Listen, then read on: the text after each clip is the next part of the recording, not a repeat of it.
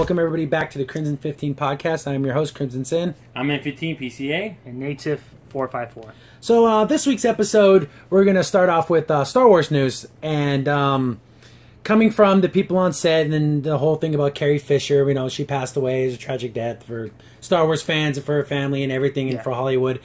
And it's just a weird feeling about what Princess Leia was going to happen with her, because where the arc's going to go. Again, dude, and I'm pretty sure they probably had to go back and change some things, but coming from the set and everyone on who worked on the film said she has an amazing send-off, which is good. I'm glad that happens, because Princess Leia deserves a good send-off. She's an iconic character. I mean, because her husband just died in the last film, Han Solo's gone, and it's just like, she deserves to have something cool. Do you think it's going to be like a heroic death? Or is it going to be I think like one of the ships blow up, or she's saving us something and it blows up and she dies. She has to be a hero, like the hero of the rebellion. Yeah, or like the planet's going to get like bombed on and she's not going to leave because that's, you know, she's the queen, you know, of the planet and she's not going to, something like that. Something cool, something super cool has happened. I don't, because Carrie Fisher's an older woman, I can't really see her doing like a fight scene. Yeah. But maybe she's piloting a ship and it's going to be a ship that's it blocks like a beam that was going to blow up, you know, Luke and all them, and all Luke's friends died. Yeah, it's awful. It's kind of sad. That's terrible. Or like I said, or maybe she's like the diversion. Yeah, like where the guys are going after her, and it's just her. Especially except for R2D2, T3PO, and Chewbacca. That's all going to be the friends he's going to have. Yeah, it's super, and it just feels, and it's going to be so weird going to see this movie, and he's going to see her on the screen, and you realize she's dead. Yes, she's not here. She doesn't get to see the final product, and that's just. It's just sad for everyone, because they even in this article they even talked. It's from GameSpot.com, where they're saying that when they got the news, they were still making the film, and then it just feels weird. Everyone on set's just like, oh, geez, she's really dead, and it's just like, that must have been super hard on everyone. Oh, yeah, definitely. Hard. But I guess, and they're also were talking about how this film's going to be different from the other Star Wars films. Abrams ones, the Abrams film, which I thought, you know, was good. I liked it. It wasn't a good balance of the Force Awakens was good. I wasn't like, oh my, where's the best thing? Empire's still better. But where Abrams kind of took it more as like the sci-fi adventure film, everyone's saying that, oh, this is so much more fun and it's different and bringing different perspectives. They use a lot of these words that are really vague and they kind of worry me a little. Yeah. Not a lot, but a little bit. Well, the problem is when you say something's fun, I don't know what that means. Yeah. Does that mean, like, was it fun for you guys? Silly? Is it? Because Star Wars, it has its funny moments in it, or it's joking, but I can't really see it being silly. You know? I don't want episode 8 or 9 particularly this one 8 to be fun. I don't necessarily want it to be fun. I want a good story. Again, you can have your fun movie when you do the Han Solo prequel, because he's kind of that character where you could do that, and it doesn't matter, it's a prequel. This one, I wanted to continue the story in a serious direction, and especially after we saw the trailer, it was all serious. It was like the Jedi's way super serious. Yeah, Jedi's way is done and all this stuff, and like how she's like the only one left, and so a lot of serious stuff. When the movie's gonna be funny, like I don't. Like, these tones need to be taken seriously. From what we saw from, like, footage and everything and what they're saying, it's almost like, well, I guess they said there's going to be... Again, it's a very different Star Wars film. And I don't know if different doesn't always mean good. Mm-hmm. It doesn't always mean better. Yeah. It literally just means it's different. Yeah, and it doesn't mean it's bad. I don't know. I don't want the dark tone definitely of Rogue One, but it doesn't need to be happy-go-lucky either, okay? Yeah. You got to give me something in between that. And I guess they also... confirmed that they're not going to do any digital acting, like they did with Tarkin. No. Which I think was, they had to do it, because why would Death Star being built and he's not there? Yeah, we're talking that timeline where this is a new had to do it. It had to be. So I understand one thing. I didn't think it looked bad. It looked so terrible. I'm like, you look terrible. I was like, if it was really, really awful, I would really honestly, guys, that was awful. It looked good. It looked adequate. It worked. You got a grade for me. I think. I've seen some pretty bad CGI work, and that's not Jar Jar Binks, okay, guys. Jeez Louise. Or your DC film. Where you can really tell it's super fake, but it's easier when it's just one person's face. Yeah. But so they're not going to that. So again, I will see, no matter how bad a Star Wars film is, I'll go see it. Oh yeah. I saw episodes 1, 2, and 3 in theaters, and those were pretty bad. So I'll go. It doesn't matter. Nothing's going to keep me from not seeing a Star Wars film in theaters. Nothing. No. Exactly. And I hope like they did in episode 7, where Carrie Fisher's daughter was in the film. I hope she has a little cameo. Yeah, that'd be cool. Because in the first or the 7th film, she was the only girl that had the freaking the buns on her hair. That's cool. That's little fun, little callbacks like that. Should be exactly. Cool. So I'm hoping that maybe something like that, but we'll see. So moving on to other movie news and just more trouble in DC land. Suicide Squad 2 is still looking for a director. No one wants to touch this thing. Yeah. And the thing is, it did make money. Barely. But you know, overseas markets and marketing and merchandise and everything, it probably broke even plus a couple mil, I bet. Yeah. But no one, the movie was just a mess. It's almost like you look at the movie, you're like, if you're a new director, you just reboot this thing and try again, and like, I don't know where you would start from, because I mean, the story in Suicide Squad was all over the place. It's everywhere. It's a mess. It's a mess. So I don't know where you would start. And also, even ask you guys, like, who would you pick as a director for that movie? I don't know if it all depends what the tone's going to be. Yeah. Is it going to be the silly, we're bad guys? Don't you get it? Like, okay, then get some silly guy to go do it. Even though he's oddly enough, I'm going to say this, even though he's not the writer anymore of Batman, I said Ben Affleck, I think. They needed someone more serious. Or maybe even a Kevin Smith, I think, could bring to. The thing is, you have a ton of characters in a teen movie. Yeah. So who do you focus on? Do you focus on Harley Quinn? Do you focus on Deadshot? Do you focus on? Well, they're going to focus on Harley Quinn. I guarantee they're going to. I don't know, but the thing is, it's just telling that WB is literally throwing this out there and no one's biting. No. If you told someone you can get a multi-million-dollar superhero movie, there should be directors lining up out the door. And then really no one else touch this thing. Yeah, could you imagine? People sign on, they sign off. People get the hold of it, they probably looked at the script and go, no, I don't want nothing to do with this. And look what the first movie was a complete mess. They had two different movies. They redid so many reshoots, so they had to combine those two movies. They say Leto was just a terrible person to work with. He was a creep. No one wanted to be around him. I think that I forgot the lady who plays Harley Quinn. I keep forgetting her name. Robbie Maggie or something. Yeah. She doesn't want to wear that outfit again. I don't blame her. She doesn't want to wear the Harley Quinn outfit. She wants to wear the Jester outfit. So it's like all these problems. Or do something that's closer to what the character looked like and not just, a booty short version and giant stiletto heels, because you can really fight in those. But it just shows you just more trouble in DC land. And it's just no one wants to touch Suicide Squad. You're not Guardians of the Galaxy. You're not fun. You're not interesting. You're just an army of 13-year-old boys wanted to see her with their shirt off. Yeah. And wet and watered. And again, all because of, which is the only thing that I liked. If it wasn't for that, they would have even lost more money. Yeah. Which is just a trailer, guys. I mean, that's what we're talking about here. I know I talked about this before, but it's just ridiculous. Yeah, so if I was the director, reboot it, try to make it a little more serious. Well, you just take it, you do what they did with the Incredible Hulk films. You just say, okay, they happen, but we're going to just do something. Yeah, exactly. You just have to do your own thing. Yeah, you just have to. Because just no more helicopter crashes. Well, you hit your quota. Barely breaking even means you're a success at DC. Apparently, that's the standard now. So if you can somehow turn this halfway horrible franchise into decent, you're doing good. Maybe what I would do, maybe I split off the characters. Maybe make it more about maybe two of the characters. I don't know. I don't know what you could do. Or maybe trying to put back the team. Maybe do that kind of perspective of building it. Because they're positioning Harley Quinn to be a good guy. Because they don't necessarily want bad guys to be popular. Very few bad guys are super popular. Yeah. You got Darth Vader, Magneto, Venom. Similar did that where people were the straight up bad guys and people still love them. Yeah. See, they always got to position them into dark heroes. Yeah. So they're turning Harley Quinn into that dark pseudo hero, even though she's a straight up bad guy. Yeah, you need it. Well, you know what the thing is, Harley Quinn can do that because she's really easily manipulated by people. But again, you're going to go that route though. You're going to go the route where because you get around a bunch of good guys. Yeah, she'll do the good guy thing because she's influenced. to do the good guy thing. And again, do you bring in Poison Ivy and then do the whole not birds of prey, but just the all woman team? Yeah, where it was the Huntress. It was Poison Ivy, Harley Quinn, and Catwoman were all like a girl power team. Yeah, wasn't Black Canary too? But maybe I think so. She was in that setup too. So I don't know.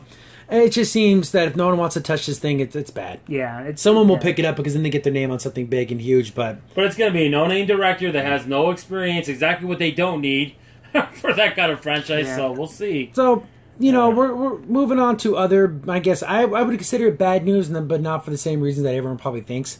But Deadpool, I would agree, it was an excellent movie. Yeah. It was raunchy, it was rated R, but it fits the character. But it was a good thing. So Deadpool 2, they nailed the way Deadpool looks. They nailed the way Colossus looked. Yeah. They just got the costumes perfect. Yeah. So they show off Domino, and she looks nothing like her comic book counterpart. Nothing. You could have basically said it could have been any girl. And I don't care that she's black.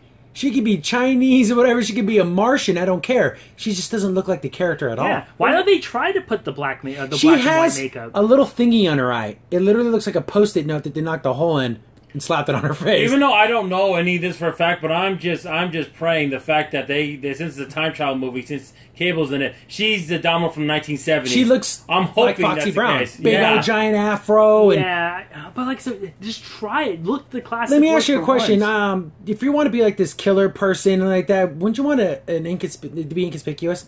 Not a gigantic afro. Like, they literally, when you look to a crowd, it's that lady with the huge afro. And it doesn't fit the character. Let's just get to the bottom line. And her name's Domino because her skin is like white, like alabaster white, and she has a black mark over her eye, like a domino. Instead of, a brown, black lady, African American lady with an off-white colored patch on her eye. Because it doesn't look like it's part of her skin. It looks like something that's stuck on her face. She may be the best actress in the world. She may make the role of in a role of a lifetime. But from what we've seen, it doesn't look anything like the character. Yeah. When they nailed the costume for Deadpool, nailed it. And like I said, just give it a try. Have one test thing of her just putting on the white makeup and the black domino on her eye. And I think the thing that didn't say that afros bother me, but I just think it's stupid for this killer who's supposed to be like this super mega assassin lady has this gigantic afro. Yeah, she can like I said, we're not saying that because she's African American it's bad, but just like I said, tone it down, keep it like low, and then put Gotta be like Cable coming out with the big giant foam cowboy hat. It's just like this huge thing, just for no reason. I like to wear this. Yeah, exactly. I don't know. I just think that it's just the first misstep. And that's the thing is, you don't like this. You're misogynist or you're racist. I don't like it because it doesn't look like the character. Yeah. It's not that much of a character where race matters. It doesn't. No. Not people don't know who Domino is. It isn't. But the fact that they just completely changed the look to something that's so foreign from what the original comic book is and the cartoon. You could have made a new ridiculous. character. It's just super weird. Yeah. It could have been a whole new character and no one would have known. Yeah. Like why make it Domino? So it's just hopefully she's a great actress and it overcomes all the physicality looking of it. But you have Cable, you have Domino. Who knows how big of a role she has in this film? Yeah, maybe she's in a couple of fight scenes and that's the end of it. Yeah, that could be. Or maybe this is like her before she got turned. Yeah, maybe something happens to her and she gets white. And she gets like acid burned. Okay, or something. that's what I'm saying. I'm kind of hoping we're trying to make excuses, but hopefully the reasons. Yeah, there's some reasons going on there. But moving on to X-Men. The Dark Phoenix movie, they've confirmed that Lilandra is going to be a character in the film, which is cool because it does make sense. So I wonder if they're going to bring in the M-Crom Crystal, Ken, and I want Gladiator. So there's going to be a lot of cool implications with. And if anyone's on Lilandra, she's an alien. The CR Empire. Super psychic type people. They're like bird people. Yes. They look like humans, but they're very their bones are hollow and everything. So they kind of evolved from birds as opposed from apes or whatever. And her and Xavier have like this intergalactic psychic link. They're like they're psychic soulmates. Basically. From like beyond the stars. So that's kind of cool to like bring in that whole relationship thing. Yeah. And she's like an alien, so they're bringing in the alien stuff. Do you bring in the Starjammers? Yeah, I think you should. Corsair. Yeah, Corsair and then all his buddies. So there's a lot of cool little implications that can come from this, and I'm glad that because they always just ignored that whole concept of the Phoenix is like this worldly entity, cosmic force that just lives in the thing, and then it senses Jean Grey's psychic powers, and it's like, whoa, this girl's super strong. You'll be my new host. So I don't know how they're going to. Because in the comics, it's going to be different than the movies because they can't spend an hour and a half explaining what the Phoenix Force is. Yeah. And also, go ahead. No, I just want to say, I think what's also interesting about this whole thing is that the fact that they're going to do the Phoenix the right way instead of like they did last time, which they totally just comes out of nowhere. Yeah, the Phoenix was inside Jean instead of like no, the Phoenix went inside her because she recognized she's a strong psychic. She's got these abilities that I can use. Yeah, and the thing is, it's not necessarily a good thing. No, because it doesn't have to devour planets. It's super weird because it ended up like getting human emotions and it kind of liked it. Yeah, the sensations. Yeah, the sensations, and so she started to do everything to the extreme. Yeah. So it kind of was a bad thing, but I guess they needed it because when you get the M-Crom Crystal, which is basically the convergence of all universes and you can go to any time any place with it. And also, later in the comics, it could even produce more mutants for some reason. Yeah. I don't know why, but it does. See, I wonder how much of this they're going to delve into. Because if Lilandra's in it, I hope it's not like a thing where she shows up at the end. Yeah. Like a stinger dun-dun-dun is Lilandra. Yeah, exactly. But that's a cool idea. I'm glad they're doing it. But one thing I also like about the Dark Phoenix possibilities for the film is that you can do a lot of trippy interscene scenes with the Phoenix and then the mental psychic stuff, psychic powers, because that was really cool. Because the fight scenes there were like they were fighting on little stones, they're flying through the universe and stuff. It was really cool. like from the comic books and also from the animated series. Like if you check out the Phoenix thing on that, it's just awesome. I just want to see the Gladiator. Because he's like this cool dude, big mohawk, and he looks like he's very 90s superhero looking, but he's super crazy strong. Oh, yeah, he's super cool. Yeah, and when you can punch the Juggernaut and send him like flying, he didn't kill the Juggernaut. He just sent them coasting over the ocean. This is from the '94 X-Men cartoon, by the way, when he did that. Yeah, and then also like even when you have someone like Rogue that has all her powers, it's still like, man, I can't fight. Yeah, this guy is beating me up. Like I threw a haymaker as hard as I could, and it just kind of nipped it. Yeah, he's so that's pretty cool. bad. So I'm wondering. How much outer space they're bringing into this. Because there's a lot of crazy space travel in the whole Phoenix saga. Yeah, exactly. And they're nothing, and they're really, and the Star Germs are nothing like Guardians of the Galaxy. They're just I hope that one if they're bad guys. Yeah, that's bad guys. Yeah. There's no qualms about that. They're pretty much bad guys. Yeah, they're bad guys. Yeah. But it's going to be just strange because I'm wondering where they're trying to take all this now. Yeah, because now we got converging universes and all things like that. I mean, is this a ploy to get again? My dream fantasy is that some kind of magical thing happens and they bring some of these X-Men characters in the MCU. That's my dream, some of them. My dream of dreams fantasy. Throwing a ball in a pit of a million feet wide. Somehow both companies will walk hand to hand. I mean, I'll take. Oh, and they get in the far future and they get X-23 when she's older, when she's like 15, 16. I'll take it. But again, that's just dreaming. That's just dreaming. It's just our fantasy. That's big Marvel fan dreaming there. Yeah. But kind of because we would talk about 80s things and stuff like that. Yeah. So I guess they're doing a reboot of Miami Vice with Vin Diesel. Yeah. It's not really geeky. It's more pop culture than anything else. 80s. I consider anything from the 80s to be geeky now. Because somewhat. It's starting to get into that phase. Yeah, they're redoing Miami Vice, and I guess Vin Diesel's in talks to star in it, which I don't like it. The fact is Vin Diesel's in everything. It's like Rocky's just in everything now. There was a Miami Vice movie that came out in 2006, and they made it super serious. Yeah. And it was terrible. Just awful, horrible. Because if anyone ever remembers the original show, it was kind of campy and kind of stupid. Yeah, it was goofy. But it was funny. It was an 80s cop It did have its serious moments, but then it would get silly again, which is fine. It give you levity, in the series. Well, exactly, because they're fighting drug dealers and stuff. But it still has a... Because they're undercover, so they have to be kind of play the part. Yeah. Did they take the 21 Jump Street route, where they go straight comedy? Where it's just silly, over-the-top, crazy comedy? I want a little serious. I don't want to be that silly. Even though I think that was good for that series.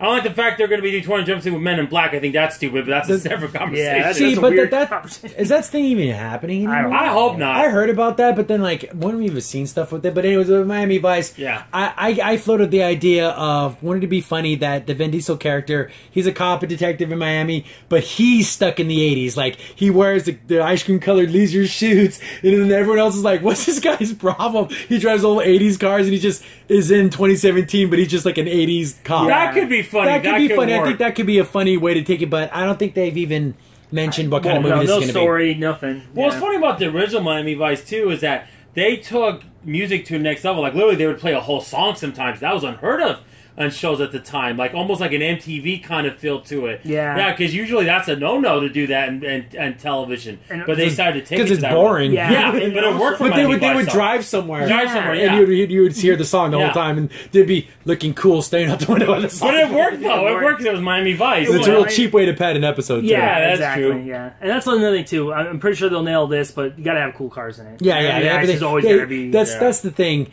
You got to take the source material seriously, but understand that it wasn't the most serious thing. I know that's a weird way of saying it, that you have to pay homage to the original, but also realize that this isn't the Untouchables. No, this is Miami Vice. Exactly. So you got to take it for what it is. So that's kind of fun. Yeah, I think so. I think it could work if they do what you suggested. But we got reboots and everything, and then Bruce Willis is going to star in the Death Wish. Yeah, Charles Bronson pioneered old grizzled kind of dude who's going around and killing everything and everyone that stands in his way. Super violent films.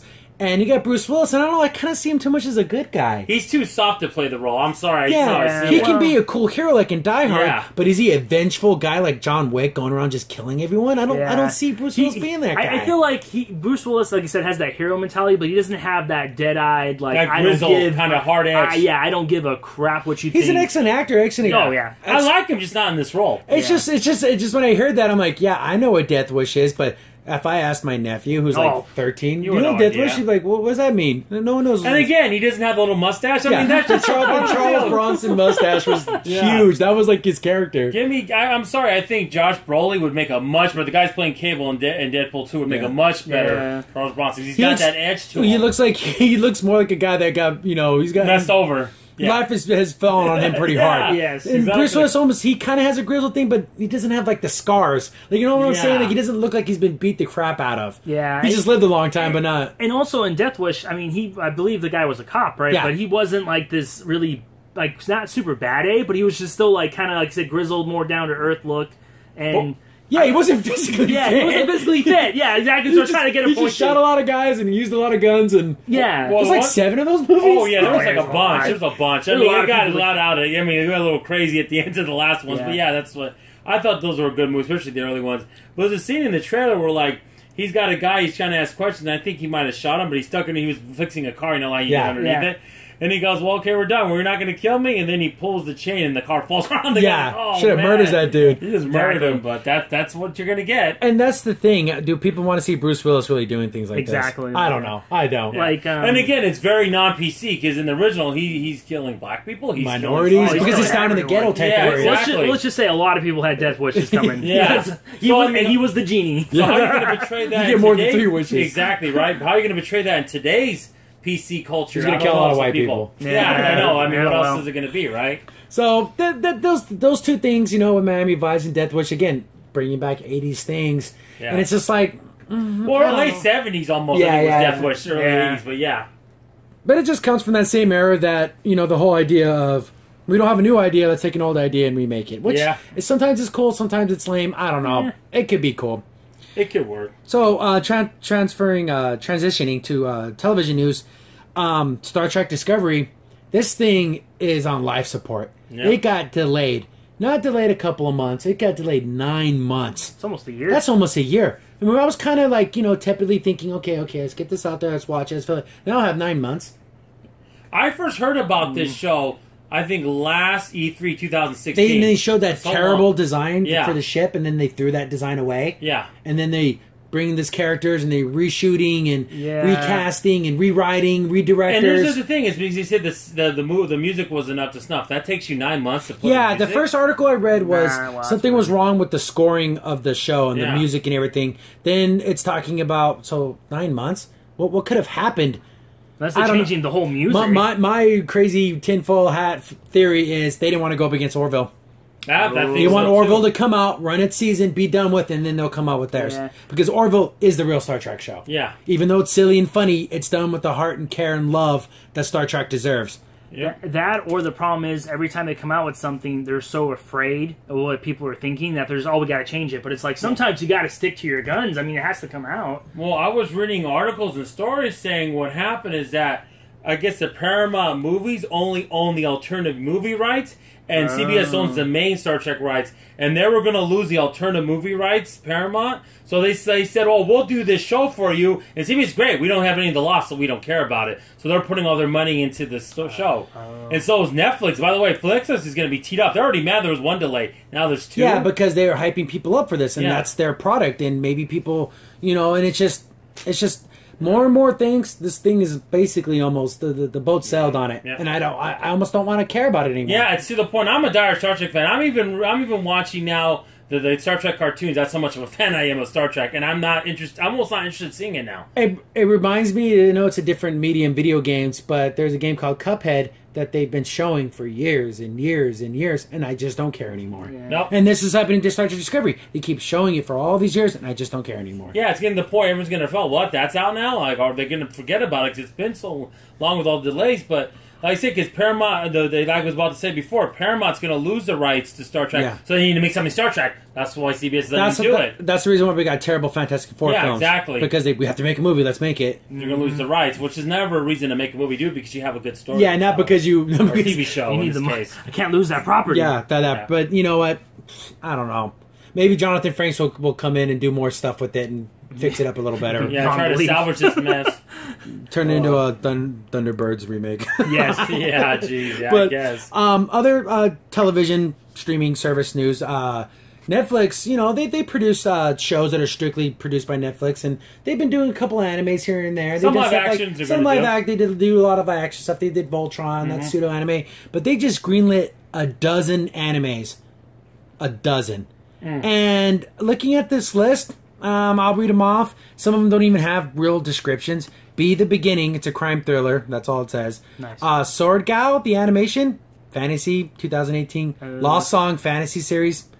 Rika Kuma, 13-episode series based off of a mascot character. Oh, that sounds great. Yeah. Cool. Knights of the Zodiac, Saint Sina. Yeah, Which that's original, but do I care? I don't know. I see it from the original series. Yeah, I might want to. So watch is it going to that. be a remake or a continuation? We don't know. Baki, classic martial arts. I wonder if that's grappler Baki. It might be.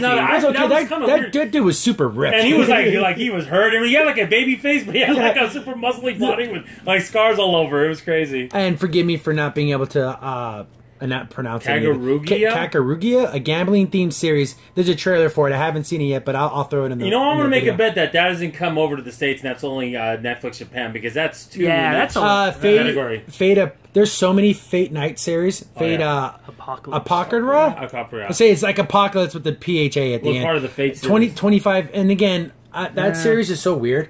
Because there's like the main series, and then there's the movies that recap the series, and there's OVAs, and there's remakes. It's a giant mess of a series. And basically the breakdown of that is, I guess there's like these ancient warriors, you can like summon them. Yeah. And then like whoever wins this tournament like wins a wish of like whatever they want. Exactly. That's kind of weird. I don't know. I'll make a parallel for people that know older school anime. A lot of people might not get this, but Tenchi Muyo is simpler compared to that. Yeah, this thing's a mess. And there's a lot of different variations of that series, so I can imagine. Children of the Whale, a world covered by oceans and sand, debuting in 2018. See, the descriptions give me nothing. Yeah. And then, of course, there's a Godzilla movie, which is like... Animated film, yeah. It's like Godzilla feature time, because like there's people like in spacesuits and everything, and you don't even know it's a Godzilla film to the end. When you hear it from the trailer, you hear like that Godzilla scream. Yeah. And it's like, oh, I guess Godzilla's in this. Oh, we get to watch another Godzilla thing. Flying through space. So, to me, I don't like this whole oversaturation of a genre. There's tons of animes. Watch all these animes, and it's like no one has time to watch all these things. Yeah, that's what's happened last time when there was the first crash in the middle of 2000. It's going to happen again, guys. We don't need to oversaturate the market. Yeah, and it's some of these things, and of course the big companies and Project IG and stuff like that. You know, they're handling some of these shows, but I don't know. You know what? Personally, with Netflix, I think it would have been awesome to actually not remake them, but maybe bring back some of the older animes and put them on there and try to get those. I think that might have been better. It's just weird because everyone wants new stuff, and you know, quality of animation goes down. Anyone who watches Dragon Ball Super knows how bad animation can be when you're popular, and you kind of don't. Doesn't matter how bad the animation is; people are still going to watch. Yeah, but there's only with certain shows though. It's really weird. Yeah. I don't know because I mean, there's a big fan base for Fist of the North Star, and that animation is not the best. Well, at all. Hakuno Ken, yeah. The thing it's so crazy Paul's a too. cool guy. Oh yeah, You said the Japanese name. He's the cool guy. No, I'm not trying to be Japanese. Yes, I'm just thinking Hakuno Ken. That's what I'm thinking. But anyways, 100 and the thing is, there's already 160 on average animes a year. Do we really need 12 more? I mean, we have so many that come out every year. It's a glut, guys. It's just way too many. I'm sorry. You know, maybe Netflix's strategy is, hey, if one of them works, then we gotta. I only have all those. I think the ones that are remakes. Saying that, well, Protection remakes and Baka might be the only two. Yeah, the other ones. There's such a 2-word description gives me nothing, so I can't say either way. Without seeing animation and without seeing a real synopsis, I really can't say. Yeah. I just don't like the idea of so much crap all coming out at once. Hopefully they filter it through and a couple of series come out, then 6 months later a couple of series. And also, because Netflix dumps everything all at once. So there's going to be some otaku crazy man who's going to watch all these series all at once, all in one night. The weeboo, basically. Well, and I mean, we don't know how long these episodes are. Series are going to be. Some of them had the listings like 13 episodes, 8 episodes. Okay, Saint Sina, as I said, I think it said 26. Yeah. So that's good. Then, So, you know, speaking of streaming services, WB is going to do their own streaming service, which is separate from CW, which is so stupid, but the Teen Titans live action show is going to be a thing, which I love that. I love the Teen Titans. They're probably, outside the Justice League, they're like my favorite DC team. I like them. I always like the dynamic of this team. And the first casting is going to be Raven, which is guaranteed that she had to be in the team. Oh, very. And it is some girl named Tegan Croft, and she's only done like 2 things in Australia. So I can't judge this because I don't know her acting. I just don't know. Well, so we don't. The thing is, it also depends what kind of Raven they're going to use. Is it going to be goth Raven? Is it going to be more understand because this girl's like 12 years old, 13 years old, yeah. so it is young Raven. Yeah, so we're gonna go more of a happy-go-lucky Raven. Most likely, probably not. Maybe more goth. Yeah, maybe, is it good? Because that seems to be the popular version of Raven. Right now. There's the one that's in the comics now, and she's like 14, 15 years old. So I think they're gonna go from the one that's in the comics now. Yeah. So again, of course, you got to have Robin. Yes. And you got to have Starfire. So I think the main three: Raven, Starfire, and Robin.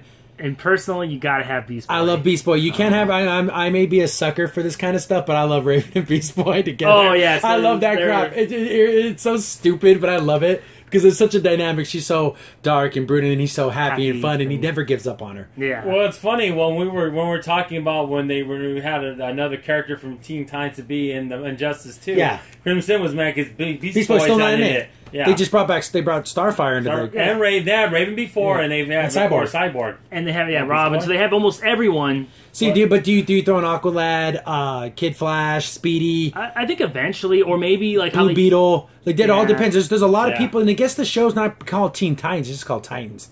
So, I kind of like the idea of Teen Titans, but if they're going to do Titans, that does open it up to way more heroes. Yeah. And I'm wondering if they're going to do like a rotating stock of heroes.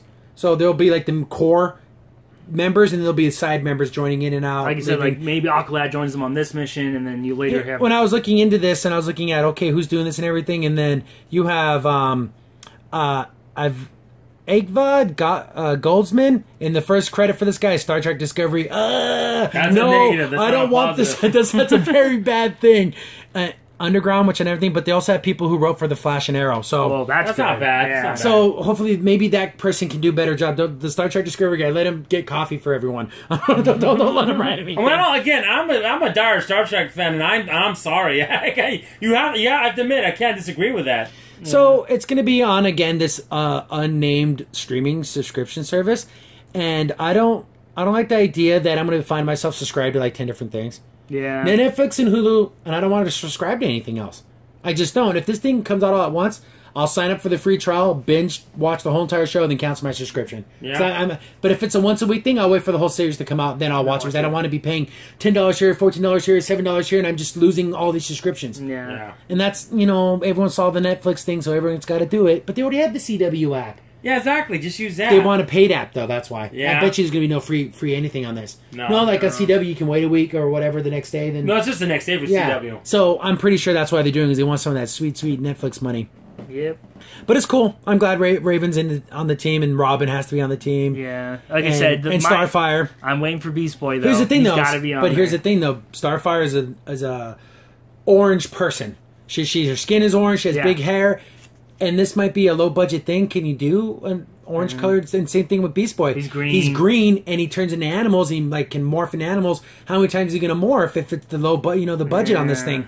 I just hope budget doesn't keep my favorite characters from not being in these shows. Yeah, and I think actually that's probably the big problem with Beast Boy. You do Cyborg? Is this not connected? Again, of course not connected to the movies, because why would you do that? That'd be so stupid, right? Well, maybe they can go off of the whole fact that Cyborg's older, so he's not part of the team. See, but in the original Teen Titans, it was Starfire and Cyborg were the older members, and they were kind of helping the younger heroes come up. Yes, yeah. It's so funny. I'm wondering if they're gonna have cameos of like Tara Strong and stuff. Going to be that'd be funny. Little things like that could be cool. Yeah. From the description, this is basically what it says. Titans follow a group of young, soon-to-be superheroes recruited from every corner of the DC universe. In this action-packed series, Dick Grayson emerges from the shadows to become the leader of the fearless band of new heroes, including Starfire, Raven, and many others. Titans is a dramatic live-action adventure series that will explore and celebrate one of the most popular comic book teams ever. So you're going to have Raven, Starfire, and Robin, right, and then it said many others. So I'm wondering if this is going to be a rotating cast. Or they're helping a couple of guys here. Like, you had the Teen Titans, the West Coast team. Yeah. So you had Aqualad. What was that dude's name? The Bumblebee girl. What was her name? I forget what her name was. But like, dude. So we talked to heroes. What are villains? Do you have, because Slade, or also known as Deathstroke. He's already a villain in the Arrows, and now he's going to bring him a villain in this. Yeah. And I'm wondering, it's super funny because this show's going to run up against the Marvel New Warriors, where that's strictly like, they positioned the New Warriors as a comedy. an action comedy. I wonder if this is going to be an action drama. Yeah, I kind of hope there is a little comedy in it because they're it has to be comedy, but is it going to be stupid comedy like, oh, we're late for pizza, oh, I didn't get invited to the prom, and like, is it going to be stupid comedy? I don't know. Or is it going to be like, I don't know. See, I don't know, live action doing that, I don't know. I don't know if I like work? that. I don't know if it will. I don't think it can. Hopefully we get some more casting news. This girl, this Tegan Croft, I can't pass judgment because she's only done 2 things. Yeah. Unknowns can be a blessing, and unknowns can be awful. Yeah. And, I'll post pictures of the girl, and give her black hair and a cloak. She can pull it off. Yeah.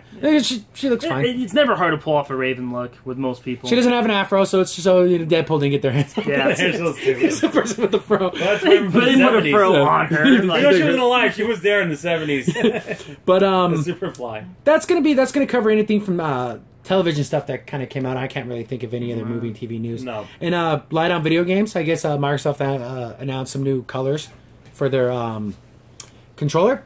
And they're cool. They're cool looking controllers. I guess they're going to be available through the, what you call it, the custom controller. Custom Lab, is that what it's called? Yeah. Design Lab. That's Design what it is. Lab, yeah. That's cool. And in other news, we covered the Sega Genesis flashback. And I said it like 7 times. If the quality's good, looks like a solid buy. Yeah. Comes out.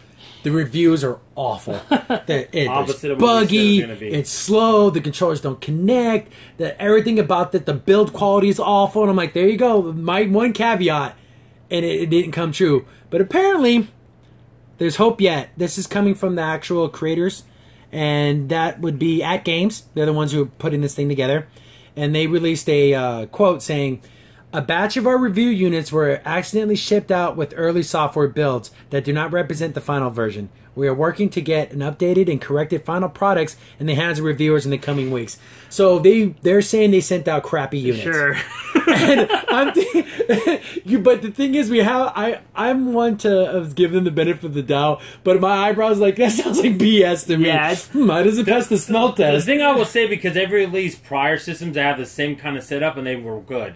Yeah, so because maybe I'll give them the benefit of the doubt here on this one. They also released an Atari with at the same time, and that one got good reviews. Yeah, it was pretty because good. the quality was good, the games loaded fast, but somehow I guess the Sega Genesis one, I don't know if something fell in the mixing pot, whatever, and they're making this and it turned into crap. They look at the early projects and it's like they're ready to ship. Well, let's take these ones. How does that happen? You run that risk. Yeah, it happens. You run that risk and you send out review units. Maybe it was a disgruntled I was wondering, employee. that Atari one, does that have a top loader where you can put games in it? Oh, no. okay. But it has 100 that's games on pretty it, good. so That's you pretty much good. got everything on there. But hopefully we see newer reviews, and hopefully it's just like, yeah, it's a little bit better, but all the common complaints were games were slow and buggy, which slow rendering on the emulation of it, which is fine for Shining Force. RPGs, but yeah. you can't play Sonic 2 with frame drops. No. You can't. You'll die. You're not going to have a good time. You will never beat the bonus stages. Yeah, it's going to be awful. So Nice Race 2 on that? No, thank you. Yeah, there's lots of bad. I mean, some of the quotes coming from people where the flashback is trashback, and referring to the console as hot garbage. So that's not good. Those aren't glowing reviews. Those are That's very what you don't want if you're trying to release a new system. Yeah. Reflip system. Yeah. I'm glad that they kind of acknowledged that it was crap, and hopefully they're sending out new units, or maybe they were working on the code for it still, and then they're shipping out the real units, which were just updated versions of the. They have to get it right this time. They can't mess it up again. There's no way they'll be done. This system will be done if they do. So. Again, E3 and Comic-Con, all that, not E3, but D23, all that stuff happened a couple weeks ago. So now we're in a lull, which is fine. We get to decompress and cover other things. So I can't think of anything else in the gaming world that came out. That's really shocking me right now. That Titanfall 2 became, and the EA Vault is basically a EA subscription service. For about $25 a year, you get access to a bunch of EA games. They put Titanfall 2 in there, which is an amazing game. Oh yeah. Have you played Titanfall 2 yet? No, I haven't. But I played it. It's the single player is probably one of the best single player campaigns I played in a long time. So even I think there's a free trial if you haven't tried it yet. Get it just to get Titanfall 2 and play it because it's a great game and it deserved more praise than it got. Yeah, it was just okay from people. EA screwed themselves because they released Titanfall 2 and Battlefield 1 like literally right next to each other. Why would they do that? They literally doomed one of those games, Yeah. and it was Titanfall 2 that got to run into that. Yeah, and there's a lot of cool things with the rope tricks, how you can swing on things. It's like you're basically Spider-Man. And tons of free DLC. Oh, yeah. That's another cool thing that they're doing in this game, that there's tons of free updates, which is cool. Yeah, I think that's great, too. For me, if I wanted to go to the bottom of the barrel, I'm not saying nothing wrong with it, but Jolie LaForge is going to be in Star Trek Online. They announced that at the Star Trek convention. That's kind of funny. I mean, that's just, I know it's not big news, but that's the only video game news I can say that's anything that's new. Yeah. And I'm thinking upcoming games. Again, stuff that's not coming out for a long time. Oh, and I guess in kind of sad news, the head game designer director for Anthem, he passed away. Oh, wow. Yeah, so he was like the head of that game, and now that was my game of E3 for me personally. And then like he died, and he was the head director person, like the main top up guy. And I don't know the circumstances of his death, and of course his family. You know, he had a wife and kids and everything. But it's like, oh man, talk about something bad happened to your game, you know, to a project when one of the main people suddenly passes away. And now it's like what direction they go with. Someone they go has to with step up. And they have to go through his vision, but it's not him at the anymore. helm. It's someone else. Yeah. So it's hard. That's another thing, because that was one of my big games I was looking forward to, and that kind of hit a roadblock. It's unfortunate, you can't help it, but I guess you got to push forward. I hope it's not too big of a setback. Yeah. It's still early. It's still very early. So maybe they can kind of recover from that. It's not like it's late in the game where they need, or the critical time in the middle of the game where you have to fix some major things or get some things going. So, you still been playing Splatoon and stuff? Oh yeah, been really fun. The Splatfest is coming up, so now it's between mayonnaise or ketchup. Yeah. See, the thing, if anyone's played Splatoon 2, they always ask like these really stupid questions. Yeah, they make you pick a side, and basically, if your side wins, you get points. If your side loses, well, you lose. So Paul's and mayonnaise or ketchup for you, Paul? Or mustard. No, I don't like mustard. I got an answer. Paul's mayonnaise. And it's kind of funny. Yeah, that's good. That's easy. I agree.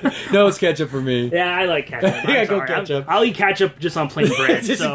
ketchup sandwiches. Ketchup sandwiches. But mayonnaise and hamburgers. People have these little pictures in Splatoon. Yeah, you can sketch things. Yeah, so people put these funny memes of like why they like what they like, and people are like... A lot of Donald Trump ones. Donald Trump, yeah. Where's like the mayonnaise person? Why is anyone choosing mayonnaise? Did you choose me? I go, okay. Exactly. So That's funny. Yeah, exactly. Just That's funny all stupid good stuff. fun.